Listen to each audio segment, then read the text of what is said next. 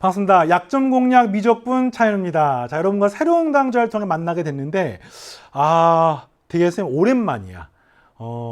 한 2023학년도였나? 그때 약점 공략 미적분 강의를 진행을 하고, 정말 선생님이 가장 좋아하는 강좌 중에 하나가 바로 약점 공략 강좌인데, 학생들에게 좀 뭔가 한 단계 점프업을 할 수 있는 그 어떤 노하우를 모두 다 알려주는 강좌. 이 강좌가 약점 공략 강좌이고 만나게 돼서 반갑습니다. 아마 많은 학생들이 수능 특강이나 수능 완성 또는 수능 개념으로 선생님과 함께 공부를 했을 텐데 이 강좌는 조금 더 특별해요. 왜냐하면 일단 수능 보기 직전 내지는 얼마 남지 않는 시점에서 활용하는 정말 짧고 굵고 짧은 강좌입니다. 그리고 배워갈 게 분명해.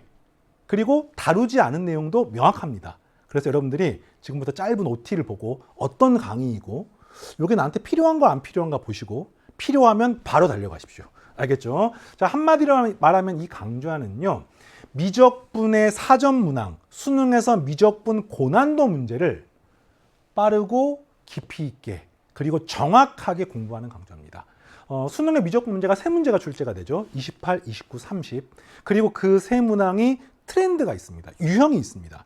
특히나 29번 같은 이제 수열이 극한 급수 문제들은 최근 3, 4년 동안의 평가원 모의고사 수능에서 예외 없이 어떤 일관성이 있는 무언가가 등장을 하고 여러분에게 무언가를 요구하고 있고 이걸 여러분들이 제대로만 준비하면 맞출 수 있습니다.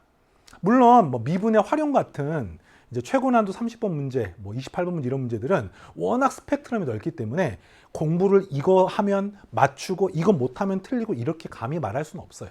그런데 최소한 필요한 건 전부 다 공부하고 준비하고 시험 보러 갈 수 있습니다. 자, 못다한 이야기는 선생님 1강에서 할 테니까 일단 이 강좌가 어떤 강좌인지 짧게 이야기를 하면 강의는 9강밖에 안 돼요.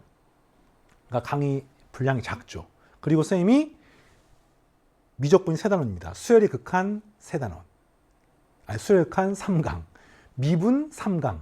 적분 3강. 이렇게 해서 지금 최근 수능의 트렌드가 28, 29, 30이 각각 극한, 미분, 적분에서 한 문제씩 나오고 있는 추세거든요. 그래서 이 강의도 3개, 3개, 3개 이렇게 구성을 했어요.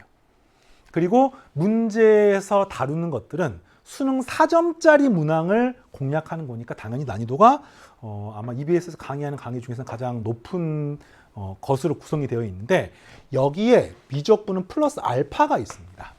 그게 뭐냐? 바로 27번인데요. 수능에서 27번은 3점짜리 문항이에요.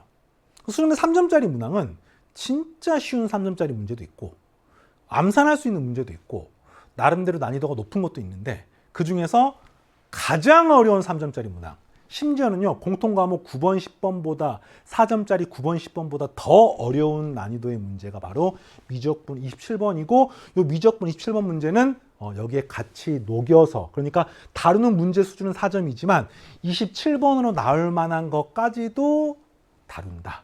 알겠습니까? 그 이유는 27번이 쉬운 문제가 아니기 때문이다. 자, 그 다음에 문제에서 다루고 있는 주제들은 기본적으로 수능 기출문제들 중에 4점짜리 최근 문제들의 트렌드를 분석을 하고 직접 확인해보고 문제도 풉니다. 그리고 올해 공부했던 수능 특강, 수능 완성, 연기교재죠. 여기에서 4점짜리 문항, 특히 재미있는 거는 수능 특강, 수능 완성 중에서 4점짜리로 출제가 되는 것 중에 하나가 매년 난이도가 높으면서 굉장히 유사한 문제들이 출제가 되고 있습니다. 그게 미적분 경우도 있고 수원수투인 경우도 있는데 어쨌든 만약에 미적분이라고 하면은 여기에서 나오지 않을까 이런 생각이 들고요. 그 다음에 여러분 선생님이 교재를 따로 만들었어요. 지금 말했던 요 기출문제랑 연기교재를 수업 시간에 다루는 것들을 따로 만들어서 파일로 자료실에 업로드를 해놨거든요. 여러분 다운받아가지고 여러분 태블릿이나 아니면 노트북이나 아니면 프린트해가지고 종이로 풀어보면서 미리 풀고 강의 들어도 되고 강의를 통해서 먼저 전체적인 개념이나 아웃라인을 잡고 풀어본 다음에 또 문항별로 강의 들어도 되고 하면서 요거를 적극적으로 활용하시기 바랍니다. 알겠죠? 기본적으로는 4점짜리 문항은 강의만 들으면 배워갈 수 있는 게 많지 않아요.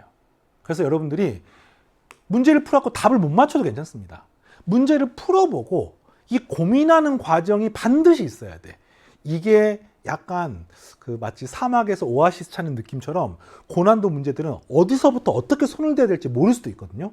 그런데 그것조차도 경험이 필요합니다.